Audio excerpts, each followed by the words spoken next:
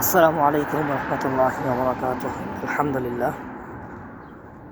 ইদানিং অনেক লোকজন দেখা সাক্ষাৎ করতেছে বা ফোনে কথা হচ্ছে, তো কিছু এমন পেলাম এক আমার মেয়াদ নাই 5 থেকে 6 বছর, আবার হুরুবও আছে।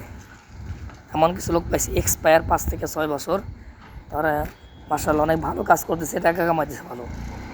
আবার হুরুবও আছে 3-4 বছর, পুলিশ এ পর্যন্ত তাকে ধরে নাই।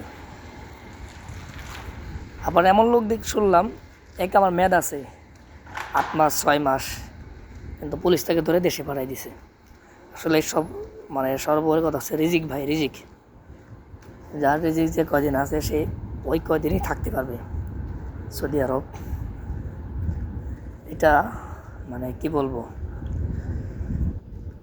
কেউ কান্না করে কেউ হাসে, সবসময় ভালো মন্দ তাকদির উপরে বিশ্বাস রাখা। আর যাদের একেবারে মেয়াদ আছে তারা আরও বেশি সতর্ক থাকা, যাদের আমার মেয়াদ নাই।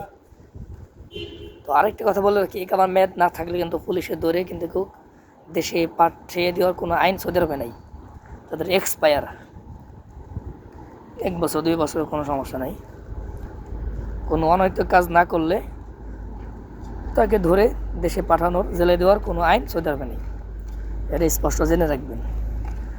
আর আমার মেয়াদ থাকলে যে খুব বুক ফেলায় চলে উল্টাপাল্টা কাজ করবেন, তাহলে কিন্তু আপনার খবর আছে। এই জন্য যাদের কারণ মেয়াদ আছে তাদেরকে সতর্ক বেশি থাকতে হবে। আর যখন ধরপকড় চলে সবাইকে সাবধানে চলতে হবে। আশা করি সকলে বুঝতে পারছেন। আসসালামু আলাইকুম।